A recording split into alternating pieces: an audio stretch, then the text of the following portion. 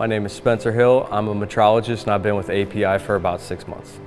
We do dimensional analysis in aerospace, automotive, things like repeatability studies. We certify tooling for the automotive industry, like qualifying stands and geofixtures, things of that sort.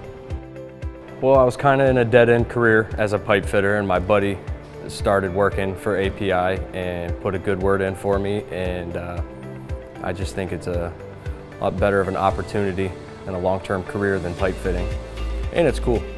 Well, what I do is important because there's no way to certify precision tooling without a device that can take data on such a minute scale. Metrology is very important in manufacturing because there has to be a certain standard and it has to be consistent, especially when making something like a vehicle that you're selling to a customer. If they're paying a decent amount of money, they want a quality item.